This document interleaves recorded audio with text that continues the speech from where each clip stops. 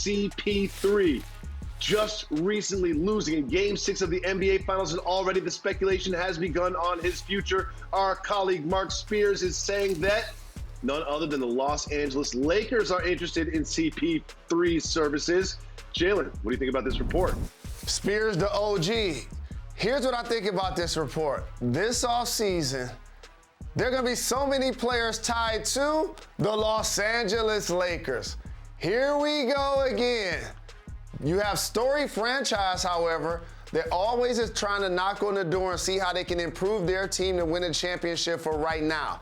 This is why they have 17. In particular, in LeBron's 17th season and Anthony Davis returning from injury. They're in win now mode. So therefore, since the offseason is here and they need a point guard, since Dennis Schroeder is a free agent and they may not and are not going to pay his ticket, Chris Paul is going to be in the conversation. Russell Westbrook is going to be in the conversation. People are going to put Dame in the conversation. What's going to happen with Lonzo Ball? We're going to continue to speculate what they're going to do at that spot until it gets filled. But I got some math for you. CP3 is standing to make 44 U.S. American dollars from the Phoenix Suns next year if he doesn't opt out.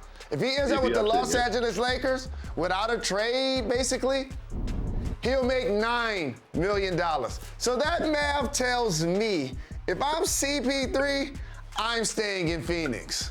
Yeah, it's a $35 million difference. However, there could be a sign and trade situation or something like that. Now, if you were CP3, would you opt out and then re-sign with Phoenix on like a 3-year deal or something like that? Get you $100 million.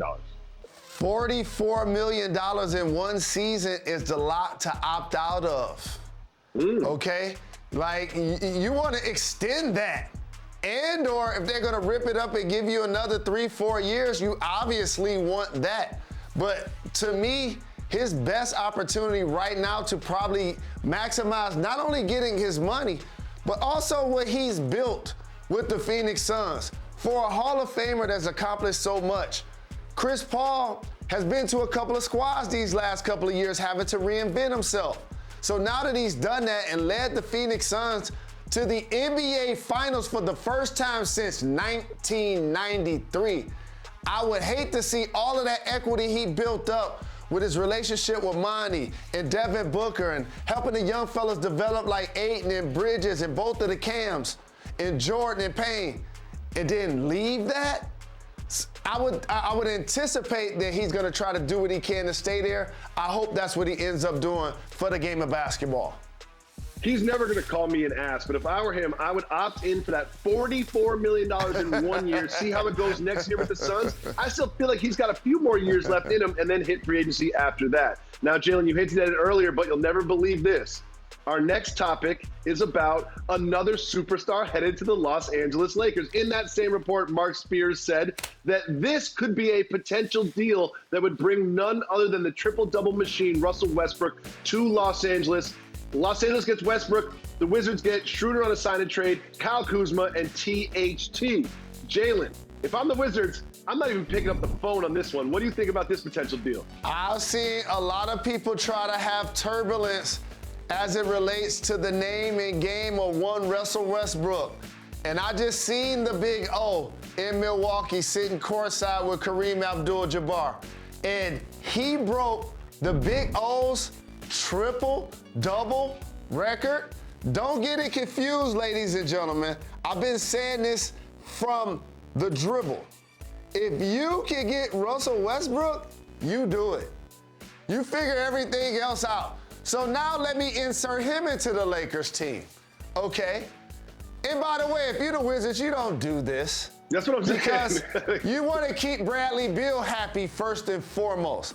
But hypothetically, let me just say for those who think that it may not work with Russ and LeBron. LeBron ain't playing 48 minutes. He ain't playing 82 games, and neither is Anthony Davis. So therefore, you're going to need somebody that can put up enormous numbers and be extremely productive when they're off the floor in particular. And the other thing, play with pace. Russell constantly is going to continue to push the tempo, which is best for Anthony Davis's game. Again, like you, if I'm the Wizards, I'm hesitant to do it because I want to keep Bradley Beal happy, but I want to go deeper into something you said. I don't want you to underestimate Dennis Schroeder and Kyle Kuzma and the potential of THT if your only goal for the Wizards is to build out your roster around Bradley Beal and invest in what you're trying to do up front. And so again, if I don't see this happening the way it's being projected, but don't solely dismiss the 3 players that the Wizards would get. That's a good point. I guess if I'm the Wizards GM, I'm the first call I'm making after I hang up the phone with the Lakers is to Bradley Beal and saying, what do you think about this? You know, because you want to keep Bradley Beal happy, as you said, because if I'm the Wizards, I'm doing everything I can to keep that talent in the capital. Thanks for watching ESPN on YouTube. For live streaming, sports, and premium content, subscribe to ESPN+.